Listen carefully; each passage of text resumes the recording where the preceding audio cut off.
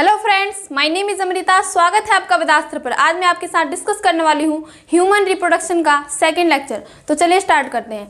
कल last lecture में हमने काफ़ी बेसिक बातें की थी, जिसमें हमने पढ़ा था कि रिप्रोडक्शन का मतलब क्या होता है, ह्यूमन रिप्रोडक्शन का मतलब क्या होता है। उसके बाद हमने कुछ इवेंट्स के बारे में पढ़े थे, कुछ रिप्रोडक्शन के इवेंट्स होते हैं उसके बारे में।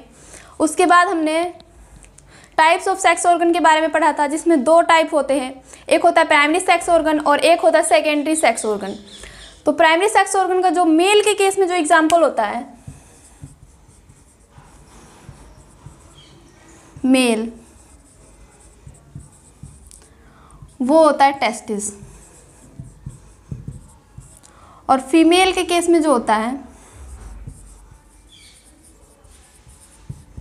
वो होता है ओवरी।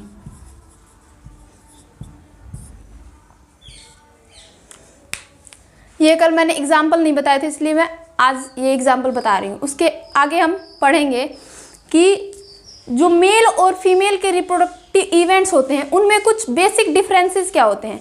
डिफरेंसेस तो वैसे बहुत सारे होते हैं, लेकिन हम यहाँ पर कुछ बेसिक डिफरेंसेस की बात करेंगे। आगे हम चैप्टर के अंदर डिटेल में डिस्कस करेंगे।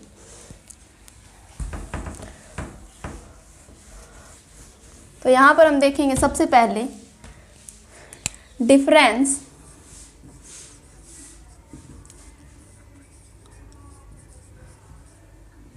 in reproductive events in the male and female, male and female. ये होता मेल का साइन और ये होता फीमेल का साइन। इनमें कुछ बेसिक डिफरेंसेस होते हैं। तो मेल के केस में जो स्पर्मेटोजेनेसिस की प्रोसेस होती है वो स्टार्ट हो जाती है at the age of puberty. तो प्यूबर्टी की एज कौन सी होती है? प्यूबर्टी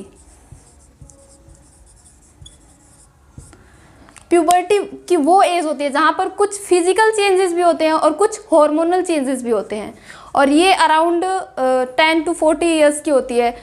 कोई पर्टिकुलर एज नहीं है कि इसी टाइम पर प्यूबर्टी आएगी। वो 10 साल में भी हो सकता है, 11 साल में भी हो सकता है, 12, 13, 14 साल की जो एज होती है उसे हम प्यूबर्टी कहते हैं। और ये जो स्पर्मेटोजेनेसिस की प्रोसेस होती है ये स्टार्ट हो जाती है एक बार, तो चलती रहती है इवन इन ओल्डर मैन। तो आप लिख सकते हैं मेल में जो स्पर्मेटोजेनेसिस की प्रोसेस होती है, in male spermatogenesis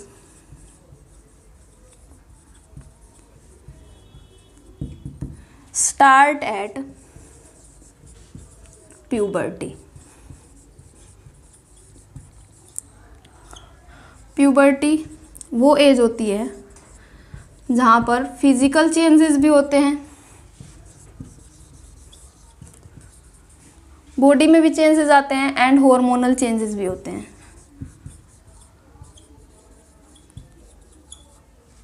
hormonal changes occurs. और एक बार अगर ये प्रोसेस स्टार्ट हो जाती है, स्पर्म बनने की प्रोसेस एक बार स्टार्ट हो जाती है मेल के अंदर, तो ये बनती रहती है even in older man, old age में भी, and even in older man.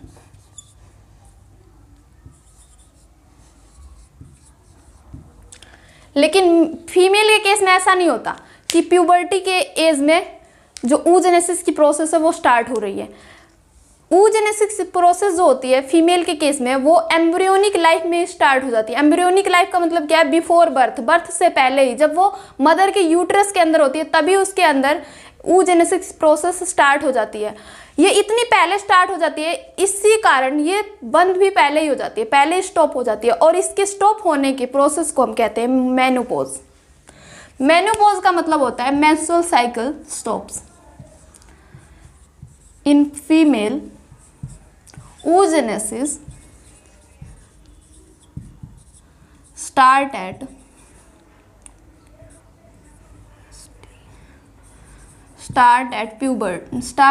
embryonic life,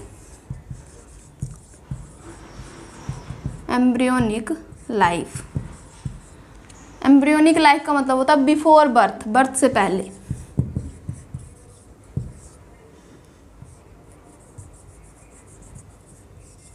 before birth and stop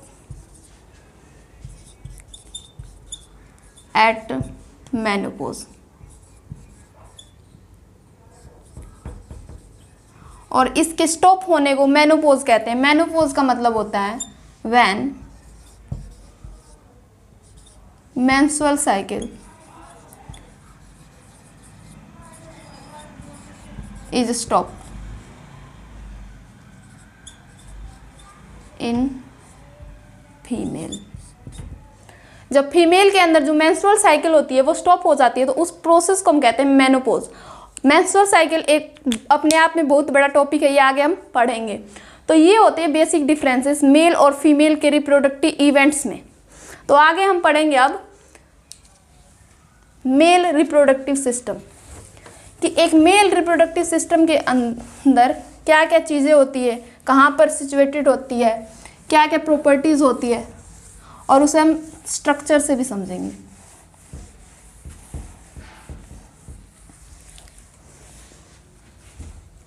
next heading male reproductive system.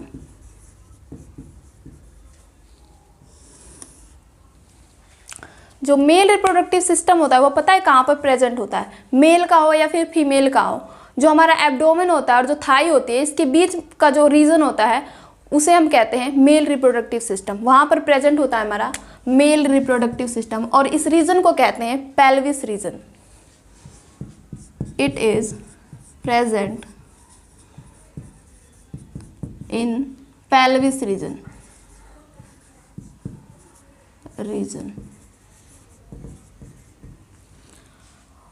ये प्रेजेंट कहाँ पर होता है ये तो हमने जान लिया, लेकिन अब ह्यूमन रिप्रोडक्टिव सिस्टम के अंदर क्या क्या चीज़ें होती है ये जानेंगे।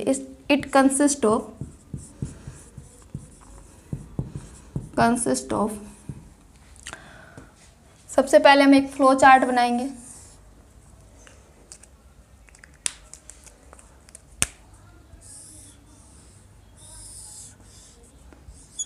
मेल रिप्रोडक्टिव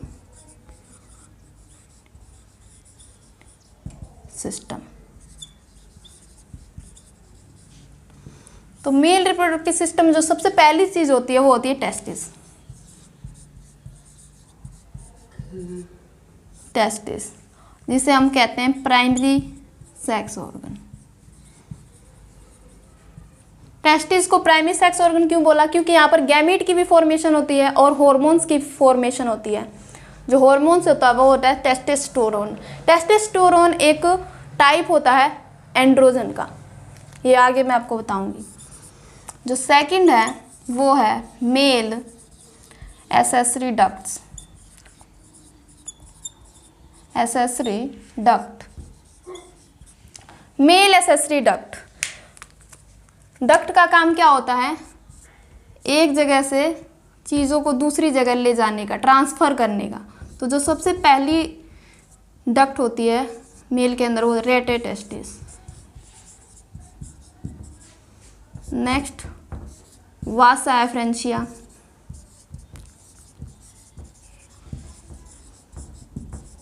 एपिडिडाइमिस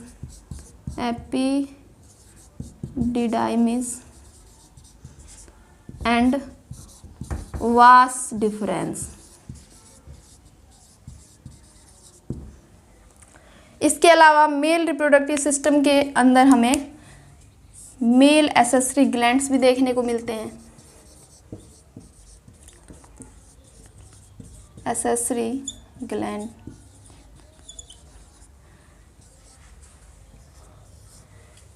एक होता है स्माइनल वेसिकल,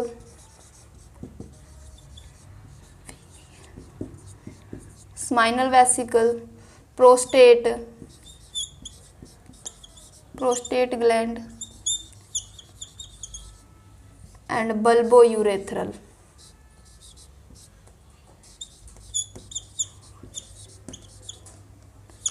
बल्बो यूरेथ्रल, या फिर इसे ही हम कॉपर्स ग्लैंड भी कहते हैं,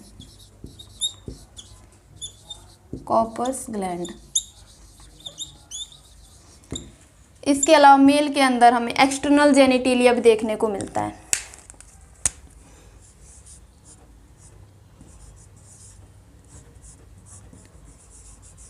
एक्सटर्नल जेनिटेलिया,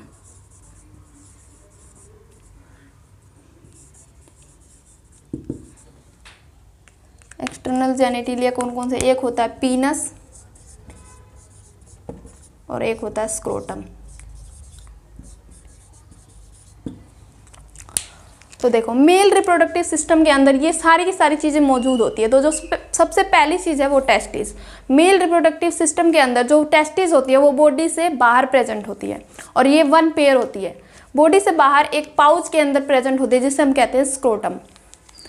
और ये बॉडी से बाहर क्यों प्रेजेंट होती है? क्योंकि जो बॉडी के टेस्टिस के अंदर स्पर्म बनते हैं और स्पर्म बनने के लिए जो टेम्परेचर चाहिए होता है वो बॉडी टेम्परेचर से लो टेम्परेचर चाहिए होता है 2 to 2.5 डिग्री सेल्सियस। उसके बाद आते हैं हमारे मेल एसेसरी डक्ट। डक्ट का काम क्या होता है? ट्रांसफ़र का। जो रिप्रोडक्टिव सिस्टम के अंदर स्पर्म को कैरी करके आगे ले जाने का काम किनका होता है? डक्ट का होता है। उसके बाद एसेसरी ग्लैंड्स आती हैं। ग्लैंड्स का काम होता है सिक्रेशन का, ये किसी भी चीज़ को सीक्रेट करती है। उसके बाद एक्सटर्नल जेनिटेलिया। एक्सटर्नल का मतलब होता है बाहर से, जेनिटेलिया का मतलब होता है जेनाइटल ऑर्गन, जो जिसे हम बाहर से देखकर पता लगाए कि मेल है या फीमेल, उसे हम एक्सटर्नल जेनिटेलिया कहते हैं। इसका होता है, ये होता है पीनस और स्क्रोटम मेल के केस में। तो अब हमने ये फ्लो चार्ट देख लिया। अब हम आगे इस सारी चीज़ों को स्ट्रक्चर की मदद से समझेंगे कि एक मेल रिप्रोडक्टिव सिस्टम का स्ट्रक्चर कैसा दिखाई देता है।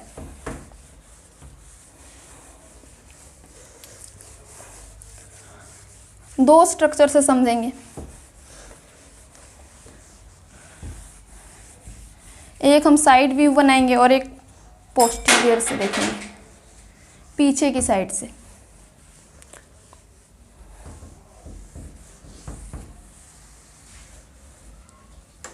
Structure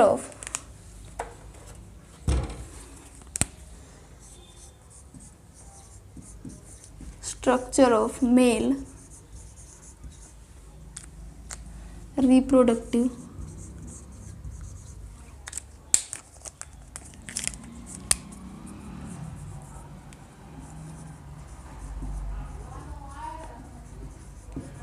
reproductive system.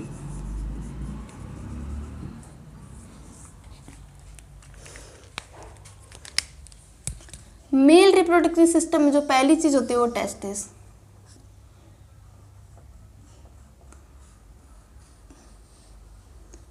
ये मैंने बना दिया टेस्टिस, ये वन पेयर होता है।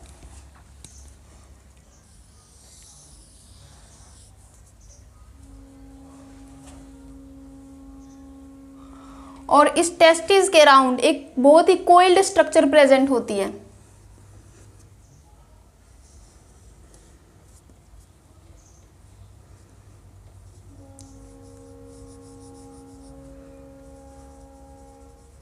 काफी ज्यादा कोइल्ड स्ट्रक्चर प्रेजेंट होती है।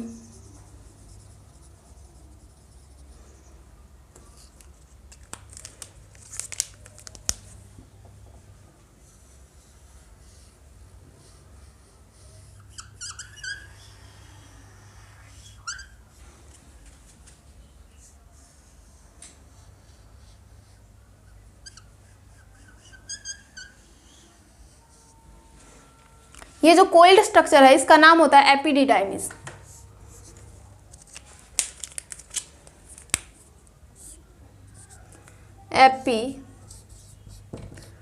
एपिडिडाइमिस।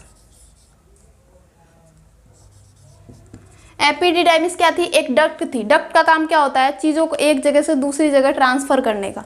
तो ये क्या करेगी? ये एपिडिडाइमिस इस टेस्टिस के अंदर से स्पर्म को कैरी करेगी और आगे ट्रांसफ़र करने का काम करेगी।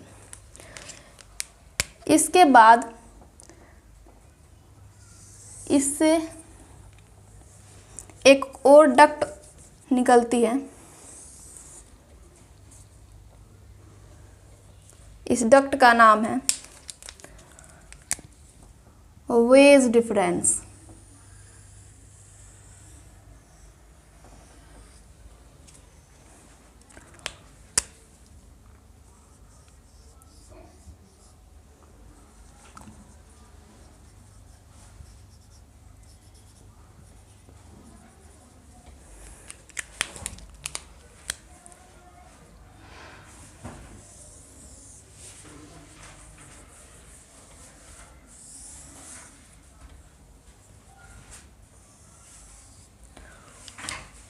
इसे हम भी लेबल कर देते हैं veg difference.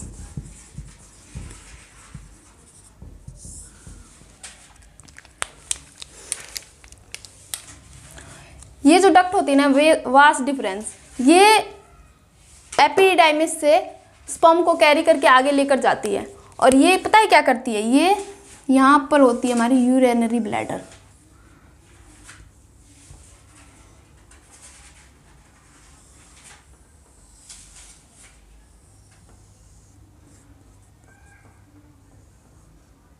Urinary bladder,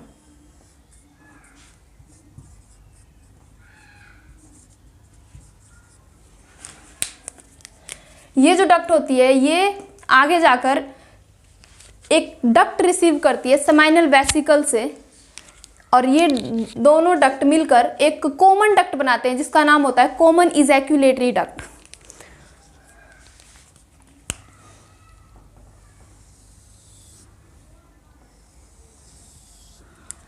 vas deferens receive a duct from seminal vesicle, यहाँ होते हैं हमारे सेमाइनल वेसिकल।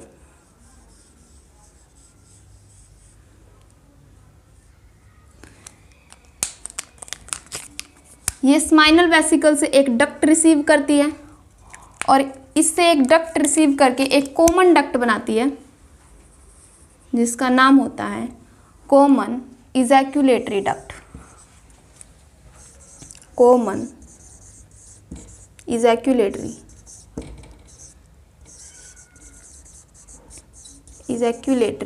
डक्ट। और ये जो सेमिनल वेसिकल होते हैं ना, ये दोनों तरफ होते हैं, मतलब पेयर में होते हैं। ये इस साइड भी होगा,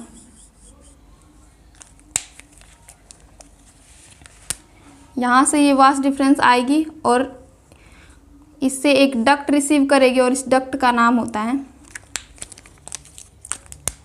इस डक्ट से कॉमन डक्ट बनता है जिसका नाम होता है कॉमन इजैक्यूलेटरी डक्ट। आप ऐसा समझो ना, एक रास्ता इधर से आ रहा है, एक रास्ता इधर से आ रहा है, इन दोनों रास्ते के मिलने से एक कॉमन रास्ता बन रहा है। ऐसे ही ये एक डक्ट इधर से आ रही है और एक डक्ट इस सेमाइनल वेसिकल से निकल रही है और दोनों के मिलने से एक कॉमन डक्ट बन रही है जिसका नाम है इजैक्यूलेटरी डक्ट। ठीक है, आप देखो अब इसका जो यूरिनरी ब्लैडर से पास होती है वो क्या होगी, इसका नाम क्या होता है, इसका नाम होता है यूरेथ्रा।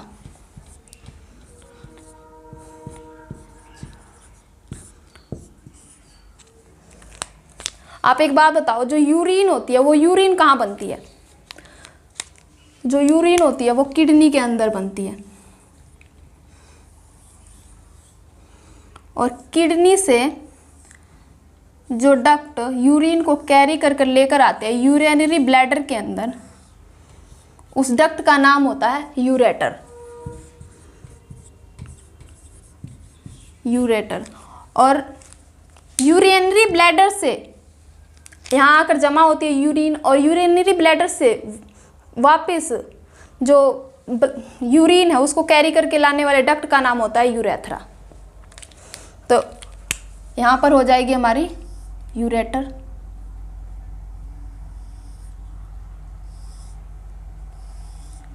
इसका नाम हो जाएगा यूरेटर। ये 11th का पोर्शन है।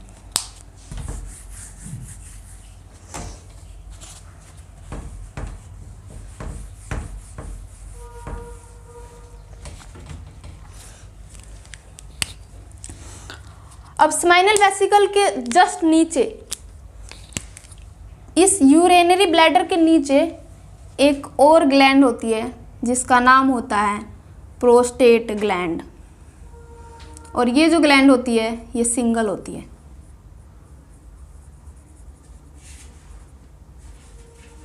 ये सिंगल होती है।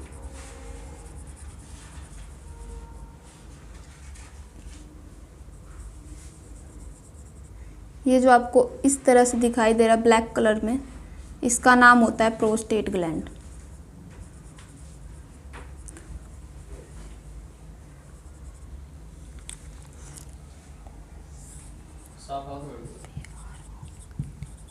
Prostate gland.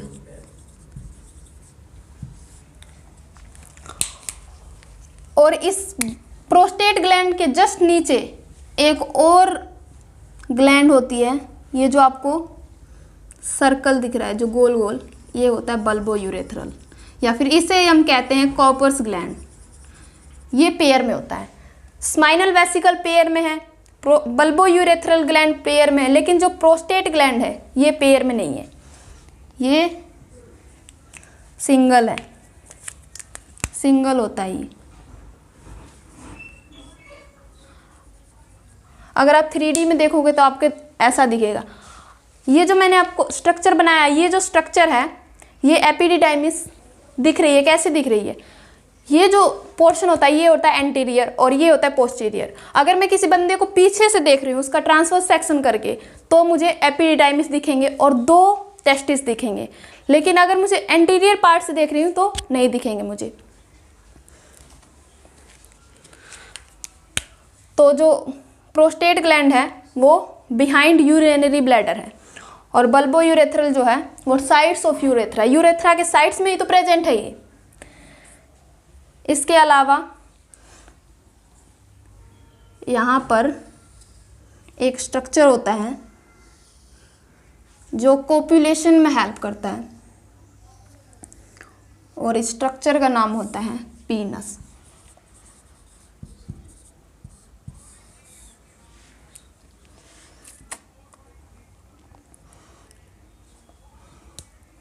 और ये जो आपको एनलार्ज पार्ट दिख रहा है पीनस का, इस एनलार्ज पार्ट का नाम होता है ग्लैंस पीनस।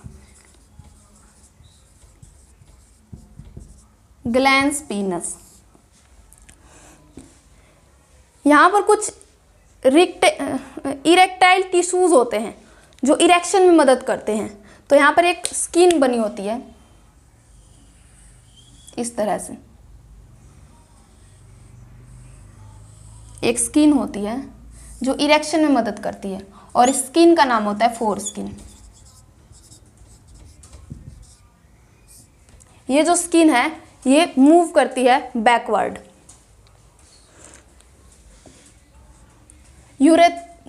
अगर ये सारे के सारे डक्ट्स टेस्टिस से यूरिन को लेकर आ रहे हैं, कैरी करके यूरिन को लेकर आ रहे हैं, तो यूरेथ्रा के अंदर भी तो ओपनिंग होनी चाहिए कि ये बाहर आएगा। तो इस ओपनिंग का नाम होता है यूरेथ्रल ओरिफाइस, या फिर इसे ही हम कह देते हैं यूरेथ्रल मीटस।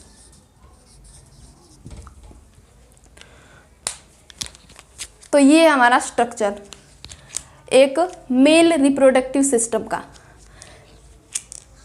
ये जो वास्ट डिफरेंस होता है ना, ये ऐसा मत समझना कि ये यूरिनरी ब्लैडर के अंदर है, बिल्कुल नहीं। ये यूरिनरी ब्लैडर के ऊपर से लूप करता है। ये हम जो नेक्स्ट डायग्राम बनाएंगे उससे आपको अच्छे से क्लियरिटी आएगी कि ये इसके अंदर नहीं होता, ये इसके ऊपर से जाता है।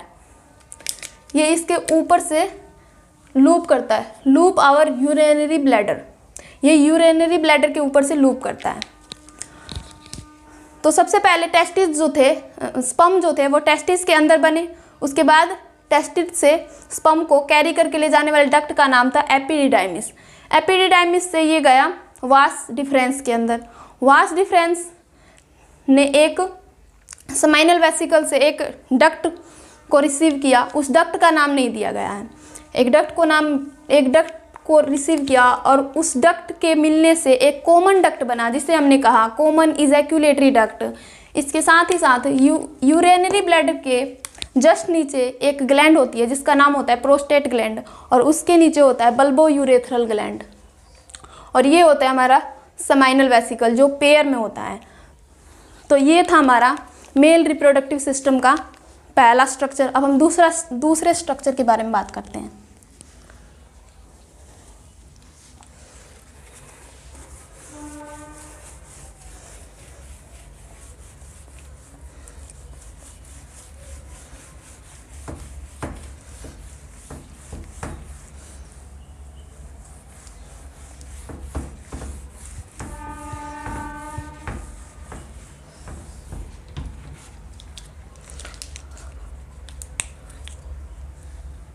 दूसरा स्ट्रक्चर देखो,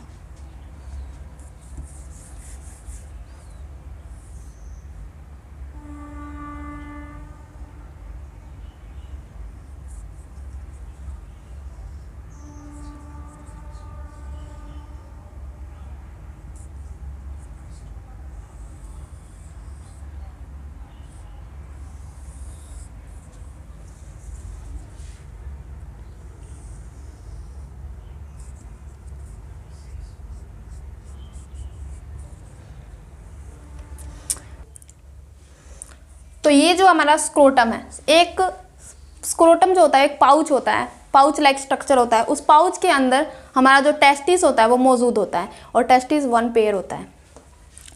तो अब इसके अंदर में टेस्टिस बना लेंगे।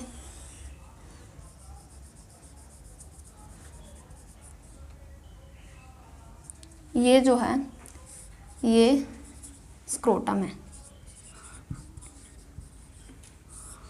और ये है हमारा टेस्टिस,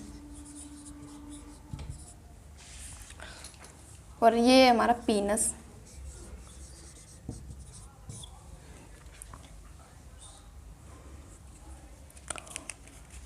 और इस टेस्टिस के अराउंड एक कोइल्ड स्ट्रक्चर होता है, उस कोइल्ड स्ट्रक्चर का नाम होता है एपिडिडाइमिस। और इस एपिडिडाइमिस से एक डक्ट निकलती है जिसका नाम होता है वास डिफरेंस। ये हमारा एपिडिडाइमिस, एपिडिडाइमिस, और ये हमारा वास डिफरेंस, वास डिफरेंस। यहाँ पर है हमारा यूरिनरी ब्लैडर,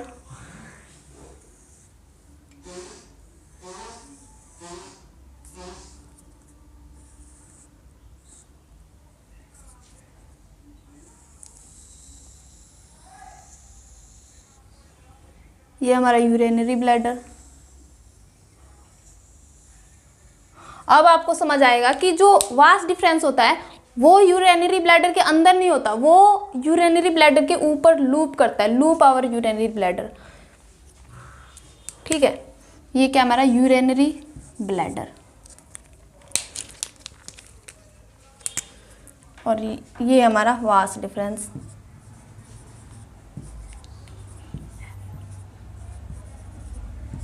वास डिफरेंस। तो अब आपको सारी की सारी चीज़ें समझ आ गई होंगी इस स्ट्रक्चर से भी। एनसीईआरटी में एक इस तरह से दिया गया है, यहाँ पर एक स्ट्रक्चर बनाया है इस तरह से,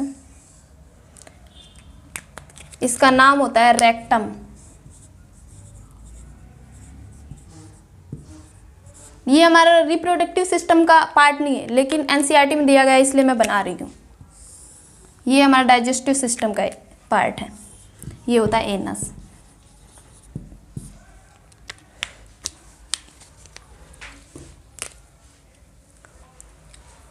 अब ऐसे ये जो वास डिफरेंस है ये यहाँ एक डक्ट रिसीव करेगी सेमाइनल वेसिकल से और एक कॉमन डक्ट बना देगी जिसका नाम होता है कॉमन इजैक्यूलेटरी डक्ट। देखो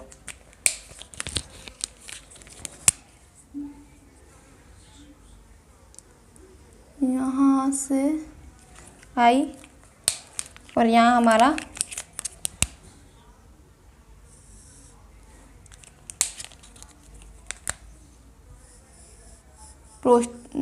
स्माइनल वेसिकल है।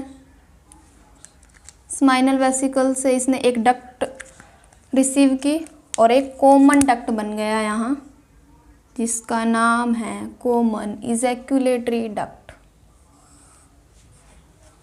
Common ejaculatory duct.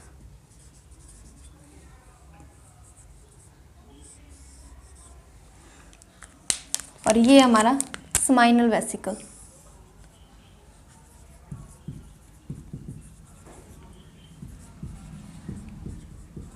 स्माइनल vesicle, स्माइनल vesicle के जस्ट नीचे एक ग्लैंड होती है यूरिनरी ब्लैडर के, उसका नाम होता है प्रोस्टेट ग्लैंड।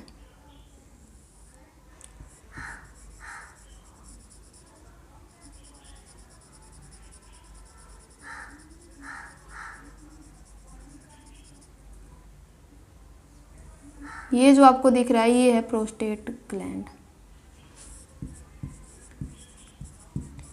Prostate gland. इसके जस्ट नीचे एक और हमारी ग्लैंड होती है जो सर्कुलर स्ट्रक्चर की होती है, इसे हम कहते हैं बल्बो यूरेथ्रल ग्लैंड या Cowper's gland. Corpus gland. Urethra की ओपनिंग को क्या कहेंगे? यूरेथ्रल मीटस, यूरेथ्रल मीटस या फिर यूरेथ्रल ओरिफाइस। तो ये जो स्ट्रक्चर है ये हम कैसे देख रहे हैं? जब हम किसी इंसान का जब हम क्रॉस सेक्शन करते हैं और उसे हम साइड से देखते हैं, जब हम साइड से देखते हैं तो इस तरह से दिखता है। इसलिए तो हमें यहाँ पर एक ही स्माइनल वेसिकल दिखाई दे रहा। लेकिन जो पहले वाला स्ट्रक्चर मैंने बनाया उसमें 2 स्माइनल वेसिकल दिख रहे थे, एपिडिडाइमिस भी दिख रही थी और साथ ही साथ सारे के सारे स्ट्रक्चर दिख रहे थे। तो वो हम किसी भी बंदे को पीछे से देख रहे थे। जब हम उसका क्रॉस सेक्शन करते हैं और पीछे से देखते हैं तो 2 टेस्टिस दिखाई देती है, साथ ही साथ एपिडिडाइमिस दिखाई देती है और ये जो सेमाइनल वेसिकल है ये भी पेयर्स में दिखाई देते हैं। तो आज के लिए बस इतना ही, मिलते हैं नेक्स्ट लेक्चर में। Thank you.